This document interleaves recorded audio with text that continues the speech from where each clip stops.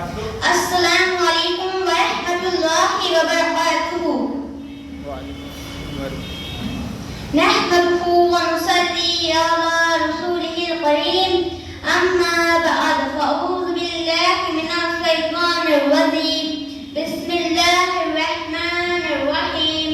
لقد أرسلنا رسلنا بالبينات وأنزلنا معهم الكتاب والميزان ليقوم الناس بالقسط.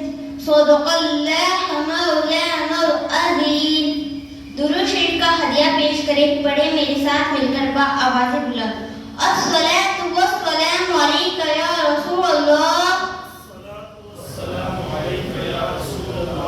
الصلاۃ والسلام علیک یا حبیب اللہ.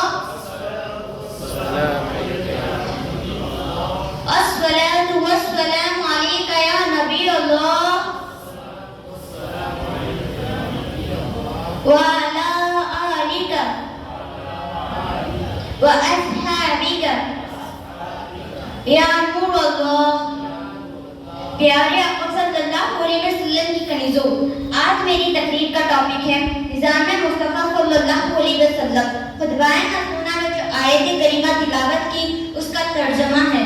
بے شک ہم نے اپنے رسولوں کو روشن دلیلوں کے ساتھ بھیجا اور اس کے ساتھ کتاب اور انصاف کی ترازو اتاری کہ لوگ انصاف پر قائم ہو. پیارے آقا صلی اللہ علیہ وسلم کی کنیزوں، کسی بھی سوسائٹی میں زندگی گزارنے کے لیے جان اور مال کی حفاظت کی ضمانت پہلی شرط ہوتی ہے. ایک پرامن معاشرہ وہی کہلائے گا جس میں رہنے والے انسان کو اپنی جان اور اپنے مال کے تعلق سے اطمینان ہو. قتل و قتال، رہجنی اور لوٹ مار دور جاہلیت کی پہچان تھی. ایک شخص گھر سے نکلا واپس لوٹے گیا نہیں، اس کی کوئی ضمانت نہیں ہوتی تھی. اگر کوئی صاحب اثر کسی کے ظلم کا شکار ہوتا تو اس کا قصاص 3 کے بدلے 13 سے لے بھی لیا جاتا. لیکن اگر کوئی عام انسان ظلم کا شکار ہوتا تو اسے انصاف دلانے والا کوئی نہیں ہوتا. سرور عالم صلی اللہ علیہ وسلم نے بلا تفریق مذہب و ملت سب کے مال و جان کے تحفظ کو یقینی بنایا اور ایسے معاشرے کی بنیاد رکھی جس سے منسلک ہونے والا ہر شخص اپنے آپ کو پرامن محسوس کرنے لگا. پیارے آقا صلی اللہ علیہ وسلم کی کنیزوں، نظام مصطفیٰ میں قتل نفس پر سخت پابندی ہے. زندگی اللہ تعالیٰ کی طرف سے عطا کردہ عظیم نعمت ہے اور کسی بھی معاشرے اور ریاست کی طرف سے انسان کو دیے جانے والے سارے حقوق زندگی پر ڈیپینڈ ہے. قرآن مقدس نے بے شمار مقامات پر انسانی زندگی کی اہمیت اور تقدس کو بیان کیا ہے. ایک انسان کا قتل نفس ساری انسانیت کے قتل کے برابر ہے اور ایک انسان کی زندگی بچانا ساری انسانیت کو بچانے کے برابر ہے. سورہ مائدہ آیت نمبر 32 میں اللہ تعالیٰ ارشاد فرماتا ہے وَمَن قَتَلَ نَفْسًا بِغَيْرِ نَفْسٍ أَوْ فَسَادٍ فِي الْأَرْضِ فَكَأَنَّمَا قَتَلَ النَّاسَ جَمِيعًا وَمَنْ أَحْيَاهَا فَكَأَنَّمَا أَحْيَا النَّاسَ جَمِيعًا. جس نے کوئی جان قتل کی بغیر جان کے بدلے یا زمین میں فساد کیے تو گویا اس نے سب لوگوں کو قتل کیا، اور جس نے ایک جان کو قتل سے بچا کر زندہ رکھا اس نے تمام انسانوں کو زندہ رکھا.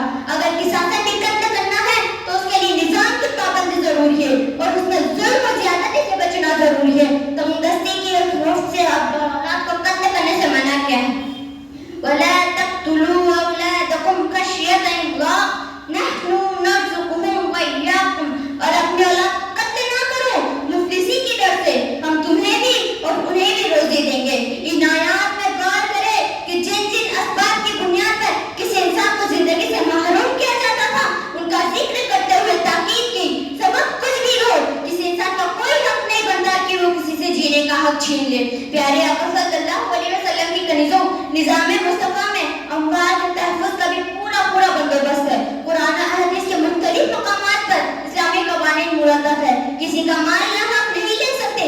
کسی پر حاکم کے یہاں جان بوجھ کر اموال کے تعلق سے اس لیے مقدمہ دائر کرنا کہ اس کے مال کا کچھ حصہ مل جائے، جائز نہیں. سود لینا جائز نہیں. جو لے گا قیامت کے دن اس کا پیٹ بوجھل ہوگا اور ایسے کھڑا ہوا جیسے کوئی یاسر زدہ کھڑا ہوتا ہے. کفالت میں اگر یتیم ہو تو ان کا مال نہ کھانا جائز نہیں. یتیموں کا مال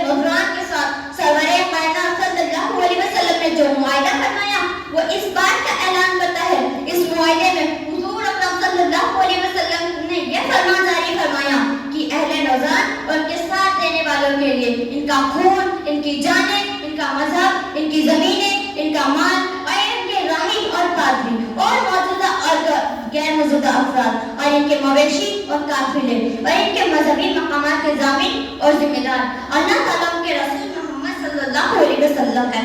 حضرت خالد بن ولید رضی اللہ عنہ غزوہ خیبر کا واقعہ بیان فرماتے ہیں۔ جیت کے بعد مسلمان مجاہدین تیزی سے بڑھ کر یہودیوں کے مال بطور غنیمت جمع کرنے لگے۔ نبی اکرم صلی اللہ علیہ وسلم نے حکم فرمایا اذان دی جائے۔ نماز کے بعد آپ نے فرمایا آگاؤ آجاؤ، غیر مسلم شہروں کے مال بن حق نہیں لے سکتے۔ پیارے آقا صلی اللہ علیہ وسلم کی کنیزوں نظام مصطفیٰ میں ہر کسی کی عزت و آبرو محفوظ ہے۔ پیغمبر احمد صلی اللہ علیہ وسلم کی قائم کردہ نظام میں رنگ و نسل، مال و دولت، عقیدے، سماجی مرتبے اور سیاسی عزت و وقار سے قطع نظر ہر انسان کو وہ عزت و مقام حاصل ہے جسے کوئی فرد یا معاشرہ پامال نہیں کر سکتا۔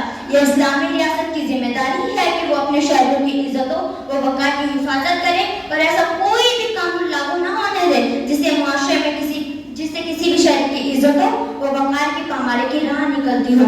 مذہب اسلام نہ صرف حکومت کو اس فرض کا ذمہ دار ٹھہراتا ہے کہ وہ کوئی ایسا کام سر انجام نہ دے جس سے معاشرے کے کسی بھی شہری کی عزت و وقار مضروب ہو۔ السلام علیکم ورحمۃ اللہ وبرکاتہ۔